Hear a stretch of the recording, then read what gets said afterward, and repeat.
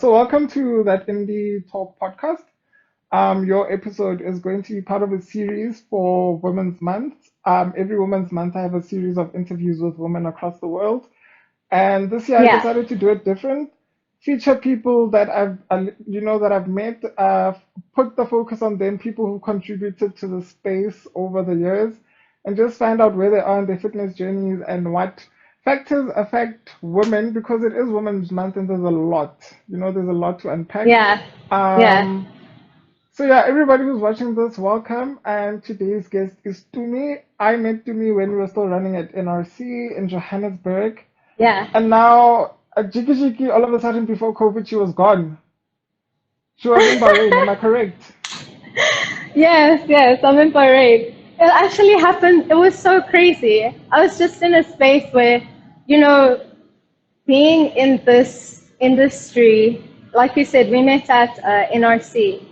And, I'd started there, when was that? Like 2012?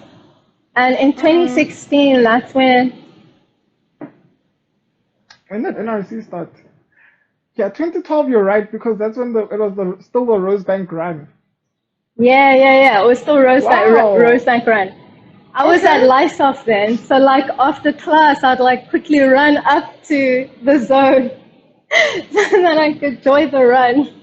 That's not a quick run. That's like easily, what, 6 kilometers if I'm estimating. No ways from Lysoff down the From road, but like Bordeaux. where Maloko, I forgot the clubs now. Latino, Hush. That's where Life Lysoff off, life off. used to be, Oh, the fashion school. I'm thinking of Vega. That's You're what I'm thinking of thinking of. Vega? No. Okay. Yeah. So when Lysoff was still in Rosebank, like after my last class, I'd like quickly run up the road so I could join the Rosebank run, and like that's where my journey started. And then in 2016, that's when I went into like the formal fitness industry, so commercial gyms and whatnot. And then Mm, I ended up in a boutique gym because as my interests um, changed, as my life purpose changed in the industry, I wanted to put myself in spaces where I could learn more from. But in all these spaces, I was one of very few women. It's yes. always men. It's always men trainers. I was a wellness manager, so like fitness manager in a commercial gym at some point. And even then, there's far more men doing the job than women are. And that was really frustrating to me. And, also interacting with women quite a bit on the training floor and interacting with members as a woman. I just realized that like these spaces are not cut out for us. They're actually not cut out for us. They're not comfortable spaces. They don't take us seriously as people who want to train. If they think about a Mm, woman in a gym, they think about aerobics and cardio equipment, and not to put that down, but women want to be strong too. Women want to, surprise themselves with their body's capabilities too. And for me, that was also something that was healing for me. Joining NRC, seeing, I could run so far, I could run so fast, surprised me. mm. Being able to now set a goal that, like, okay, I want to run my first marathon, and doing it surprised me. And I was so proud of myself. And, doing that, like, actually helped me move from thinking about how my body looked to what my body is capable of doing. And that mindset shift, just like that's actually why I ended up looking into gyms in Bahrain, because over here there's gyms that are specifically for women. It's just women. Women own gyms, women trained by women trainers. It's just, such a new experience. Back home, that's very rare. That's very rare. And it's so empowering and so inspiring seeing, these women really surprise themselves and challenge themselves daily. So yeah, Interest. I was Um, at a gym, came here, and now I'm here. So you've just captured your fitness journey for us, but we skipped a step because the first step was getting to know more about you. Who's Tumi? Where does she come from? You're from South Africa, yes, but what do you like? Yes. What do I like? Listen, I have no life. Okay, so my name is Tumi Peele. Lots of people say Peel. I don't Me mind. too. It's not. I know everybody says Peel. It's because of Jordan, isn't it? No, Because of actually, in Jordan my Peele. head, I'm like, actually, I didn't think of that. Are you guys related? I don't know. No. I have a So I very don't, small family, and I highly doubt that Jordan Peele is related to me. yeah, so it's, you said it's Pile. Peele, yeah. In my Yeah. head, I was So I grew pronouncing it up. SPLA I for some know. That's reason. what I get. I get Piele. I get Peel. I get Pile. I get Pele. It's just like, you know what, guys? It looks funny. It's not a common surname. That's not. It's no skin off my back. Like, I'm not offended. So you Yeah. are at Lysolf. So I grew up in Rustenburg in the northwest. Mm, And over there, I did sports my whole life. Because, you know, in like small towns, you go into sports from preschool even. So I did mm. athletics, netball, that was my thing. I thought I was going to be a professional netball player. Like that was my dream. I did drummies, cheerleading, all of it, everything. And then I So, went to university. I went to mm-hmm, Wits first. mm-hmm. So, so then when I was at Wits, I was studying politics and IR and media. Because I'm sure you can tell now I speak a lot. Yes, I I know. ramble. I ramble. So I just thought that, you know, I want to learn French, I want to learn media, I want to speak to Africans in a language that, you know, 75% of the continent speaks. I want to make change. I want to make an impact in communities. And then I realized that that's like school, politics, IR at school is nothing like what I thought. You know, when you're in history class and you have like these debates and you have good points and you're learning, Yep. that's nothing like university, man. Absolutely different. So then, you know, I fell into a depression because I was so used to being good at stuff and I wasn't Mm, good at that part of university, and I fell into like a really big depression. I full of anxiety, and I ended up dropping out in what, like 2011, and that's when I started my running journey. I oh started my wow. running journey. I signed up. I registered to go to Lysop. I did a thing with Nike then in 2011, like end of 2011, like a advert for Total Sports. And then from there, my life changed. I stayed at Lysop, finished at Lysop. Whilst I was, you know, at Run Club, I decided I love doing this. I want to be paid to train. I want to be paid to work out. And like also sometimes getting to do fun activations like a 1 day pacer and like seeing how people are so inspired, and I could get someone who never thought that they'd be able to run 1 kilometer and like go with them and they Mm, finish 4. I was like, I love this. This is what I want to do my whole life. This is what I want to do my whole life. And then I did a personal training degree or certificate, and mm-hmm. now here I am. Here I And am. there you are. And keeping it Portuguese says, share your inspo to me. What inspires you? What inspires me? Guys, Yeah. I literally am so boring. I literally, in my leisure time, I look at like things around training, like people challenging themselves, There's this thing on YouTube that I watch every now and then. I watched it once, and then every few months I watch it again because it just hypes me up so much. It's called Brute Strength, and it's a series. I think it's a 4 or 5 part series where they follow these 4 women. One's a power lifter, one's a CrossFit athlete, the other one is a bodybuilder, and the other one, what's the other one? Gymnast? I can't remember now, but it's these 4 women, and they participate in all these 4 sporting events, and they challenge themselves, and it's just like so cool to see people, you know, doing hard things. Yeah, I love seeing people do hard things, even like the struggle, pushing through it, crying, even with a competition like bikini competition videos. The girls are crying. The girls are crying. The girls are crying. Like, it's such an emotional, stressful, draining journey. And I haven't gotten to that point yet where I'm just always in tears. But I have a feeling I might get there soon because I am tired.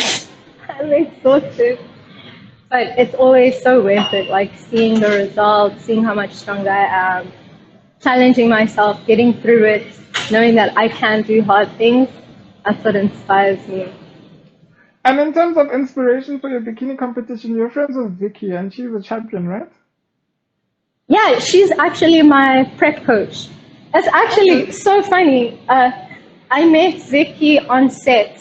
Last year we did a Super Sports TV show together, and I met her on set, and I had always wanted to do a bikini competition. But then this year, in like March, I said to Vicky, I want to compete. I want to compete. Do you think I can do it? And she said yes. And so since April, she's been prepping me for exciting stuff, you guys. I can't wait to share what's like coming up later in the year, like next year. But yeah, it's exciting. Around your bikini competition, I had a conversation with Tato last year, and she was entering her first bodybuilding competition. Let's just talk briefly on your diet. So, what can you eat? What are you not allowed to eat? Oof. So it's a little tricky. I don't always like answering that question because, especially now, like before, when I was training for lifestyle, like just in life, I would share what I'm eating. But like, I know a lot of the time when people see how your body transforms, they want to know how you're training, how many times you're training, what are you eating, how much is it? And it's so specific. This is such an extreme sport. Just to give you an example, okay, guys, please, when you hear what I'm going to say about what I've been eating, like what my meals entail, please don't copy and paste this to your plans. Like, this is not a healthy, sustainable way to live. This is literally something that I'm doing for a few months just to hit the stage. As soon as I'm off the stage, things will change. Be eating like a normal person, kind of, and getting into the next phase of the sport. It's an extreme sport. This is not for lifestyle. Okay, now that disclaimer is out of the way. So in the beginning, I had to be in a calorie surplus. So to explain what that is, we all have like a certain amount of calories we need in order to live, right? In order for our organs to just survive, to do their thing. And in order to gain mass or weight, you need to be above that, right? So for me to put on some muscle, I had to be in a calorie surplus. So I think I was in an extra of like 400 to 500 extra calories. Then I was having 5 eggs and then a protein shake and then oats with protein powder and a spoon of peanut butter and some blueberries. And then I'd have chicken, rice, broccoli, cucumber. and then a protein shake, and then steak, rice, broccoli, cucumber, and then how many meals is that? 5. And then my last meal would be, my 6th meal would be a protein shake with pineapples and mixed berries. And then it just like would change every few months. So I do check-ins with Vicky every week. So I'll take pictures, I'll put in my current weight, my measurements and whatnot. And then from there, she'll decide if she's taking away food or not. So I'm like shaking right now because I took check-in pictures this morning. I'm just like waiting to see if she's going to give me more cardio, if she's going to take away food. I don't know. But you see, guys, this is crazy. But your diet sounds doable, hey? Like, I don't think I'd be complaining. I don't think I'd be mad at that diet. That's when I was in a surplus. Yeah. I'm in a deficit now. And it's lit. So, like I said, at a certain point, in order to now cut, now you'll go under your base metabolic rate, so your base calories, your maintenance calories, you'll go under. So I'm under now because I'm in a cutting phase, and yeah, hunger becomes your friend. You learn to be hungry all the time. You're drinking tons and tons and tons of water. Exhaustion and muscle soreness are your constant companion. But it's coming together, right? You can see the results of that. Yeah, it's coming together. It's been quite a journey. Sometimes I panic. I don't think I'll be ready on time. But Vicky's always assuring me that I'm fine, like I'm on track. She's happy with, what she sees. But it's like, yeah, you're constantly learning in like the bodybuilding world. You're constantly learning. You're learning new things. You're learning new things about training. It's made me a better trainer, and and a better student. That's great. No, go on. Oh, I was gonna say because no matter what I know, I have to trust my coach. So. Yes. Vicky knows what she's doing. She's a professional in this particular field. What she says goes. Mm-hmm. And you're very lucky to have somebody like her in your corner. Earlier on you mentioned that you did netball and you thought you were going to be a professional netball player when you grew up. And yes. I know netball is like the passageway.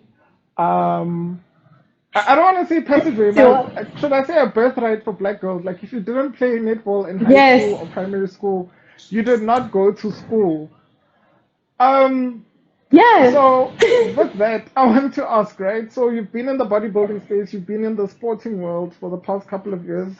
What's the biggest challenge have you identified for women? Being taken seriously. Being taken seriously. What I've learned is that I thought this only came as, when you're a trainer. And, as the world evolves and, we become more digital, it seems as though only if you hypersexualize your image, then you get an audience. So, like, if I look even at my own content, the posts where I have workouts with actual like movements and safety cues, those are ignored. The ones where you see like my new like physique progress, then that gets a whole lot more engagement. Or even the workouts where I just do like snips of exercises, that gets more engagement than something where there's actual good educational information in there. And it just seems like in order for that to get attention, you have to hypersexualize yourself. And it's sad, but I'm seeing like a lot more women trainers, like professionals, fitness professionals, actually rejecting that narrative. Recently, I don't know if you know her, Fit Girl ZA, Anika. She's a personal trainer at Virgin Active in Cape Town. She's Cape Townian. She's done stuff with women's health, fit night out, and she just recently started wearing her hijab. If you go to her page, her Instagram page, you'll see all the other images of her that used to be there are all gone. And that's another thing, just making a statement that, you know, it's about like the knowledge that she has to offer. It's not about her body. It's not about what she looks like. Even Zakira, she's also a huge inspiration of mine. She's I was also gonna a throw huge her in. inspiration of mine. Yeah, I'm actually at this gym because of Zak. Zak was here before me. Okay. Yeah, she Yeah, was a here workout before by me. Zax is, yo guys, a workout by Zack she wanted to join, but I don't think she's still part of this live. She was here earlier on. Yo guys, Huh. a Yeah, workout by Zax is like suicide. it's intense, Multiple right? times. Oh my It's gosh. intense, but Oh, you feel oh, so good after that. You feel so accomplished. that's very But true. she too doesn't buy into the idea that you need to look a certain way in order to be taken seriously in the industry. And so even though you see, even with the Olympics, like, I even forgot what team it was that was now being threatened to be fined because they want to wear shorts instead of bikinis, the volleyball team. Shorts instead of bikinis just showed why. Why should they have their bums out? It's not going to make them perform better on the volleyball court. It's not going to give them a competitive advantage. They're just going to be comfortable. But because of the male gaze, women aren't. It's a lot harder for us to be taken really seriously in this industry. We need On to that work note, like extra hard. on the note you just mentioned about the women's bikini, like the bikinis for volleyball. So I'm Yeah, very passionate about the Olympics. I love the Olympics. But like even as a child, I'd always ask myself, why do the volleyball players, why do the sprinters, why do they all wear like, why do they have to run in panties and the men always run in like a bodysuit and yeah, then and like tights the men volleyball players would play in like the longer shorts that I and would usually wear, shorts. Exactly. and t-shirts. The only place where I think it's equalized is a swimming pool where the men wear speedos and they prefer No, to wear that. even then, there are rules that exclude women and women's bodies in like the swimming pool. So if you look at like things around attire in sports and the Olympics especially, it's actually so disappointing because you have different figures as women, as athletes. We're not all built the same. Hmm. Some of us are more top heavy, others of us are more bottom heavy, others are just, same, up and down, But the rules that they go ahead and stipulate, like with the gymnastics and with swimming, there's a certain cut of the bottoms of the swimming Okay. costume, and because of that cut, it doesn't fit the bottoms of all women, doesn't fit the bottoms of like black women specifically, Mm, and that also ends up with them being fined or even disqualified. The only place mm, I've seen where the women actually have agency regarding what they get to wear is with athletics, because when you're doing something like running, this, it's more functional wearing like the shorts. It's more functional. As a sprinter, I would rather wear the shorter shorts with the high cut side because it's easier for me. If I'm training in the gym, like if I'm lifting, doing leg day, I would rather have shorts on. If I am training my upper body, I'd rather be in a bra. It's just, aerodynamics, just comfort, mm, all of that stuff. It's more functional. But, in athletics and track and field, those women are given an option. They can wear the shorts, they can wear the running tights, they can wear the high cut ones, they can wear what they want. mm. That's the only space.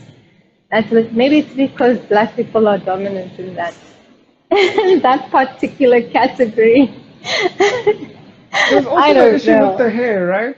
because I read a rule Yes. that said the swimming caps are, you know, you've got extra volume swimming caps, and they said those are not allowed. Yeah. Yeah. Yeah. Yeah. It's just, you know what? And this isn't new. When I was in school, when I was in primary school, no, not in primary, I was in high school when I did cheerleading and drummies. Mm, And, you know, rules like that are crazy. They're crazy. Like nude was a specific nude. You had to wear those stockings.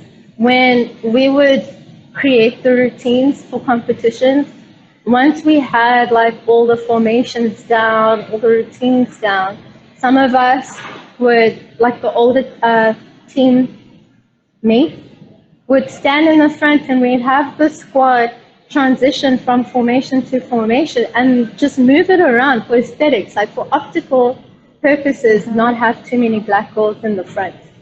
Oh, wow. This this is something that, you know, it's pervasive, it's old, it's something that, you know, has been happening forever. But I really truly have faith in these Gen Zs. Like, they aren't having any of None of it. that. They Very are having none revolutionary. of it. Yeah, we used to take it on the chin, but if you look even at something like their TikTok strike, that was brilliant because you get like these sports and other, you know, areas of entertainment thriving because of our participation, right? Mm, They thrive on our participation, but then they go ahead and want to exclude us too. But if you look at things like TikTok, where the girls are doing the dances, they're making the music go viral, they're actually, you know, furthering the industry by having fun and doing something they're good at and that they love to do. And then the ones who get monetized, the ones who get, what's it called? Sorry, prep pain is starting to kick in. It's time to eat. What's it um, called? Sponsorships, mhm. partnerships are the white girls who bite their dances. And you'll never, ever, ever know who actually created that dance to begin with.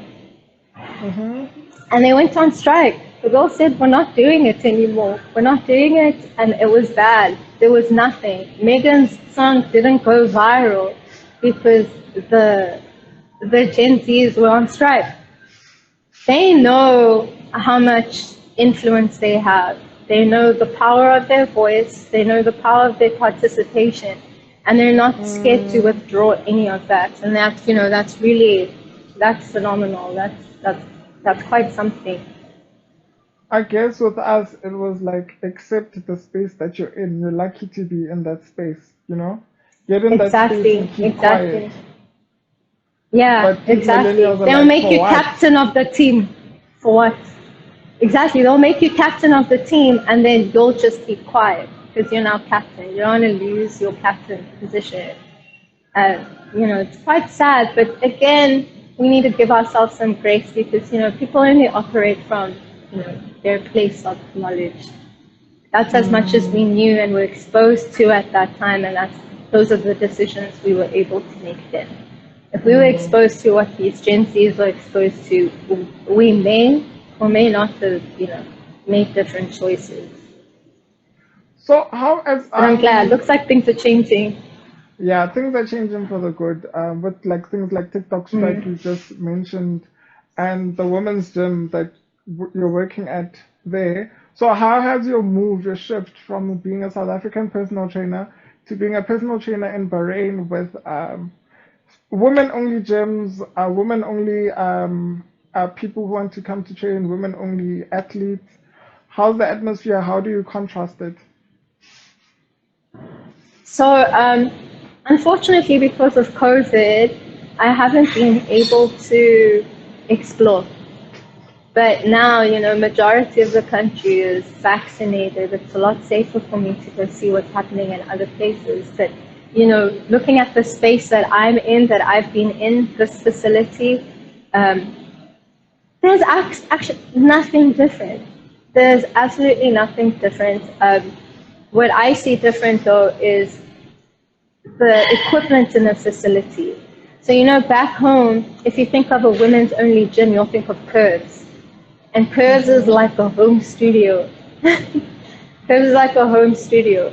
But over here, in the gym that I'm in specifically, you have women challenging themselves. They're lifting heavy. They're training hard. They're pushing their limits. It's a fully equipped gym. It's not like you went to go train at a hotel. There's Okay. like Bosu balls and 2 kilogram dumbbells. So I think the question I'm going to ask next is going to throw a spanner in the works, right? So I think Okay, women go as, ahead. can I say, as a nation, right? You're striving for Yeah. inclusion and to be taken seriously. Why then would you have a space where it's a woman only gym if you want to be included in the spaces and be taken seriously by men? Am I making sense? I don't think we. Yes, you are. Personally, this is something I've been fighting with myself with this past week. I am tired of us fighting to be taken seriously by men. I'm tired of us wanting to be included in their spaces because when we are in their spaces, we're made to feel unsafe and uncomfortable. I've never felt more free in a gym than I've been over here, right? And if we're able to get the kinds of workouts that we want to get in without feeling sexualized. We're not ogled. We're not like being bothered in the middle of our workouts. We're not, being looked at like a piece of meat. I'm all for it. Like, we need to create our own spaces, our own federations, our own everything. I actually had a conversation like this very conversation with another trainer from back home. Just that, we're tired. We're tired. Men are not going to allow us in their spaces. And you know what? They don't need to. They actually don't need to. We're not competing against them. We're not training with them. Their presence, there's a possibility of it adding to, us. It can be edifying. On that point, I used to work at Ritual Gym, and over there I was only one of 2 women trainers at some point. So, at another point I was the only one at my location, and the others were all boys, and that was such an amazing experience. It was the first time I was the only woman in a fitness space, and I wasn't made to feel like I'm weaker because I'm a woman, right? I became stronger. Some things that I didn't think I was able to do, I learned how to do because of the guys, right? And they also learned a lot from me. It was a very good space, but that's just because of the philosophy of the business. It's the company culture, right? But at home, it's not the culture of society. And in that case, I truly believe that we need spaces where we can be on our own, thrive on our own. Even if you look at like girls' sports in schools, when I was in school, there was a time where I was during athletics, I started under eating because as I was getting older, I think maybe I was in grade 4, and as I was getting older, I'd see as the girls get older, more and more of them drop out of sport, and that's because of puberty. And that's also because the people who are there to train girls in sport aren't equipped for things like puberty, for what happens with hormones and how those affect your training capability at certain points, and how you develop as an athlete. You're not equipped in that way, and it's important. Like, rather we create our own spaces. Me, I'm tired. So there's a gap in the market, you see. When you come back here, Huge you can gap. open your own gym, which is not like a curves, which is like a proper training gym to develop strong Yeah, women. yeah, yeah. Even for trainers in women trainers, it's a lot harder for a woman trainer to acquire clients in a commercial gym, especially if there are a lot more male trainers. In order, you want to help women develop their business as a trainer, because at the end of the day, it is a business. You are your business, right? And it's not sustainable to be, working off of your body for the rest of your life. You need to learn how to Mm, move on from that, that your business can continue without you having to physically be there. It's just, mm. for us, we just need to move in a different way, smarter, more cunning. We have to be Coach, more innovative. Coach Divine says, it's so hard, babe. Talk about the sexism. Yeah. Yeah. So, going to that point about how, being taken seriously as a woman in the industry, you can say the same thing as another man, and they will say, this man brought up a good point. This is literally, you would think that these things have been abolished years ago, but as a woman working in this industry, you realize that like your expertise, even from clients, sometimes clients would rather listen to a bro, the guy at the gym, who actually Mm. knows nothing, than you, a trained professional. And that's just something we have to fight or battle or come against. I'm gonna ask, are you there? Can you hear Yes, me? I am. It's buffering. Yeah, I can hear you. Your Okay, screen's it's just buffering buffering. on my side as well, but as long as you can hear me, then it's Yeah. fine. I'm gonna ask another Okay. question, just a quick one. In terms of acquiring clients, do you find that there are women who come to the gym, especially back here at home, and they say, I don't want a female trainer? Yes. Yes. Because they don't think you're going to help them reach their goals. And it's so funny because at the end of the day, a lot of the time, things work out better for them with a woman trainer. Mm, That's even for me why I went with Vicky, because not only do I know and trust her, I know as a woman she'll understand that like my metabolism and my hormones are dependent on my diet, and there's a balance that needs to be kept throughout prep. Even though we have these major goals, there's a balance that needs to be kept. She understands that because she's a woman herself. But yeah, you do get that. Women don't want the women trainer. and which makes getting clients even harder. So Beyonce has a song where she says, if I was a boy, and then she states all of the things that she would do, right? So if you had the Yes. option to be a boy and you can't say, no, I'm happy as a woman, I would never want to change. If you woke up one I'm not. day, Who'd want to choose to be a woman? we're not going to go into Because that life because is you'll get hard. cancelled.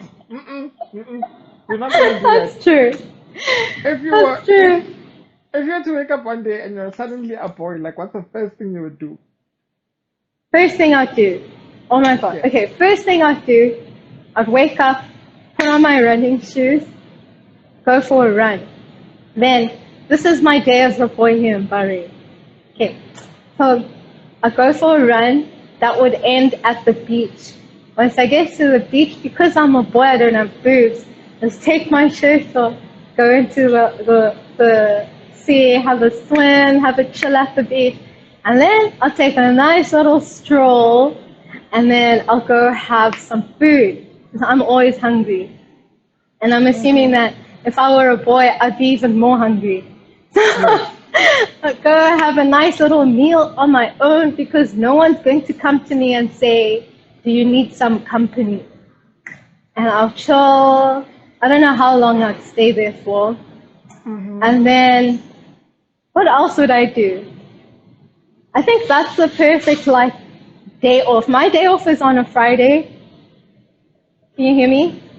Yes, I I don't can. know why it's buffering so much. Oh, my day off is on a Friday, and like that would be the perfect Friday for me. Eat, run, swim.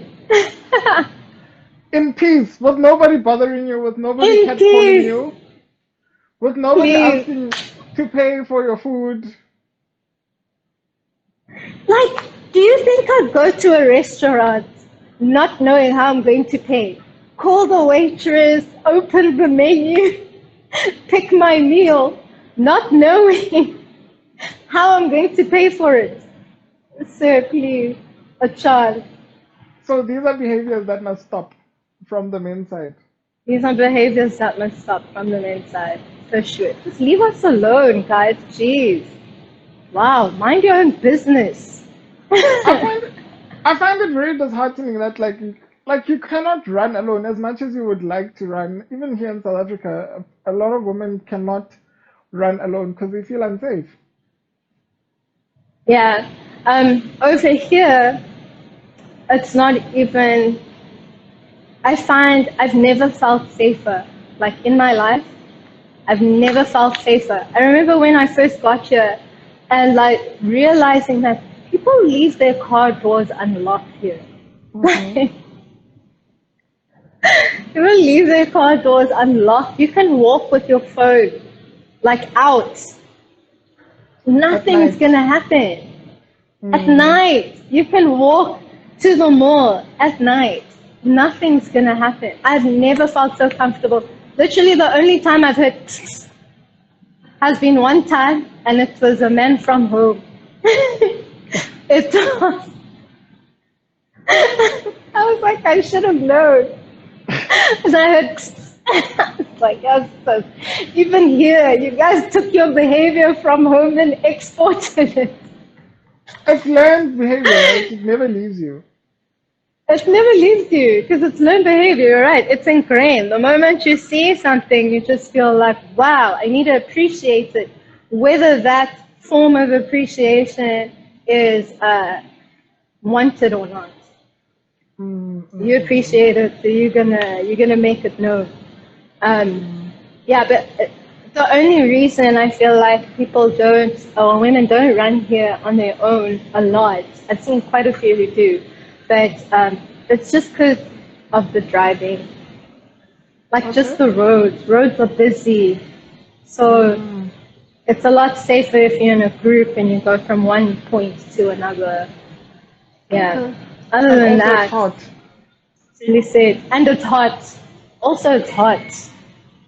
Also, it's just like things like, cultural things, like religious things, if you're hijabi, you're probably not going to want to run in this heat in your hijab. Unless it's And like then late at night, but it's a little cooler. for you, do you have to cover up when you're out in public spaces? Um, Not more than normal. So, like, there's certain spaces where I wouldn't go dressed like this. I wouldn't go dressed in just a crop top in certain spaces. Just, as a respect thing. Like, it's not the culture of the area. And so I have no reason to, like, impose my desires. Like, this is how I want to dress, whether, this is not how things are done here or not. So like just, to that extent. But other than that, like it's really, really chill. There's certain spaces where, you have co-ed areas, you have like beaches, you wear what you want, like there's clubs, you can go groove. Like it's really very, very normal. Very, very like regular. It sounds very different from what most people would imagine Bahrain to be like. Yeah. Yeah. Yeah. No, definitely. Uh, and in Definitely. terms of you, what are your next steps? Do you plan to be there for the next 5, 10 years? Do you plan to come back? I do plan to come back. As to when that is, I'm not entirely sure yet. For now, my main focus is just,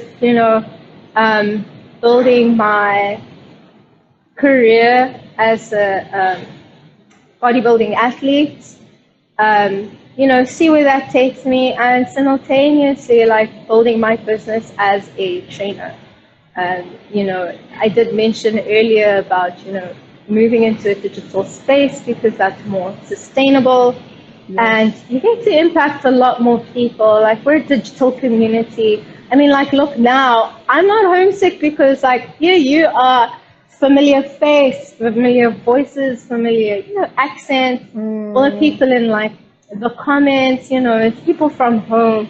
And, you're able to connect with people, feel like you're all in the same space, even if you're not. just by a screen and the internet.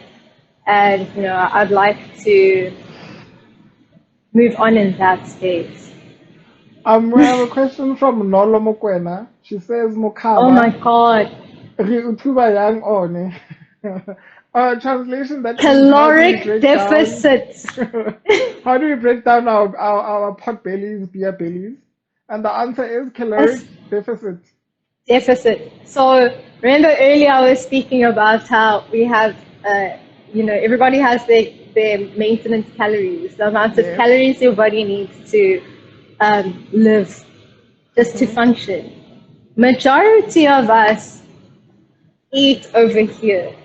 Even if you're eating like healthy, you're eating like, you're having smoothies in the morning. After that, then you have like protein pancakes or oats or like wheat cereal. You can be eating healthy, but overeating too, right? So if you really, really want to, like it's bothering you, you really want to get rid of it, you need to go see a professional. Let them determine how much you need to be eating, you know, and then along with that, focus on strength or resistance training. So resistance training, like training with weights, as well as cardio. They all work together. You can't do one without the other. Yes. So also, I don't want to hear, I also don't want to hear, how do I lose the belly and keep the bum? Impossible. You can't choose. You can't choose. You can't choose where it comes off. Sometimes, a lot of the time, also the belly is the last one to go. So that's all genetics. So to answer her question, Nolo, yes, no more macheu, and no pap at all. No pap. Pap is Kota, magwenya, coke, acha. And apparently your brother says hi and keep training hard. They're rooting for you. Oh, that's my brother. Thanks, Broseph. I love you. Yeah, so we're almost at the end. Actually, this is my last question for you. We've covered so much, and the time went by so quickly. I cannot believe. Yeah, a You did your woman part too. for South Africa, for South African Women for Women's Month. What would you say to all the women who are watching this podcast episode or listening? Ladies, you can do hard things. You can. If you go into the day telling yourself you can't do something, you're not going to do it. Okay? Your body's only going to go where your mind is. You tell yourself you can do hard things, no matter what it is. This isn't just about like training. This isn't just about sports, just life. You tell yourself you can do hard things, you'll surprise yourself, find yourself on the other side. That's a beautiful message, and it sort of ties the loop from what you said when you started talking, that it's not about how you look, but what your body can do. Yeah. Right? Yes. I've been to races where people look at someone and they're like, how this person runs so much, but their body looks like that. Exactly. When they say that doesn't look like a runner's body. Yes, I have a runner's legs. body. I'm running. I have a runner's body. If my body is running, it's a runner's body. A runner's body. So we're getting a request for part 2. What would we talk about in part 2? Let them do that whole thing that, you know, do like a Q&A. Okay. Like, you know that thing where you have a screen and then people put their questions and then anything goes. We can have a fun one. And when is your competition in Dubai? My competition in Dubai is going to be end of October. Okay. And then I'm also going to be competing back home in December. That's a big one. So Dubai competition is going to be like a practice one. Don't say that. I really hope it happens. I really, really hope it happens. I'm vaccinated. I need to compete. You are, but am I? No. In December. In December, I'm praying. I'm praying. Like, I'm holding thumbs. Like, it's such a scary thing, and I can't even describe to you like the collective relief. Like, in here in this country with so many people getting vaccinated. Like in the beginning, there was a lot of like skepticism, and then Ramadan and Eid came along, and the numbers just shot up.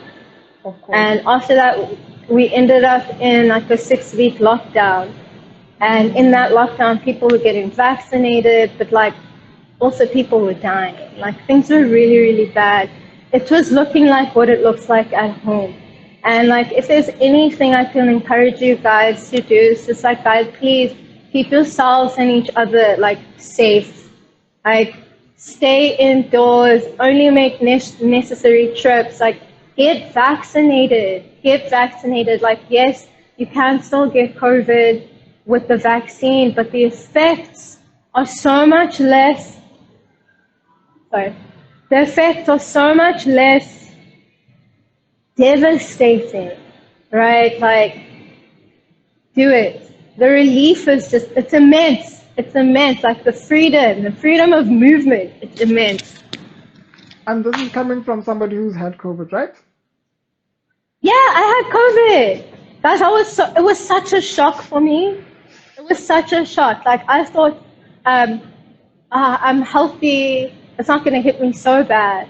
But I was in the middle of, because one of my friends had gotten it, I was in isolation. And so in order to, still have our gym members enjoy having classes, we were doing online classes. And literally in the beginning, like maybe 5 minutes into a 1-hour class, I couldn't breathe. The breath was going up, but it wasn't coming back inside. And I was so shocked. Like, I was so shocked at how weak I was, how my oxygen levels just kept tanking out of nowhere. Like, it was the scariest thing. And even going from being able to run 10 kilometers every day to not even being able to make it through 5. That was like, it was so disheartening, but also just showed me that like, I'm just very lucky because some people don't get to have it that easy. Some people actually die. Yeah. And, I was just very thankful that I made it through to the other side. I felt the side effects of the vaccine. I made it through to the other side. I'm here now, strong, about to hit the stage, show off my muscles. Yes. In your bikini. Yes. In my bikini. And your clear stiletto heels. Yes. And my clear stripper heels. Yes. Yes. So yeah, if you are watching this, if you haven't gotten vaccinated, please do it. COVID is not a joke. COVID is real. And with that, Tumi, thank you so much for gracing me with your presence this afternoon. Actually, thanks for having me. An amazing chat. I need to do more of these. Thank you so much. Yes. I can't wait to be back here. I'm hungry. I'm starving. Go eat and enjoy your weekend. Thank you. You too. Bye, you guys. Thanks for joining. Thanks for tuning in.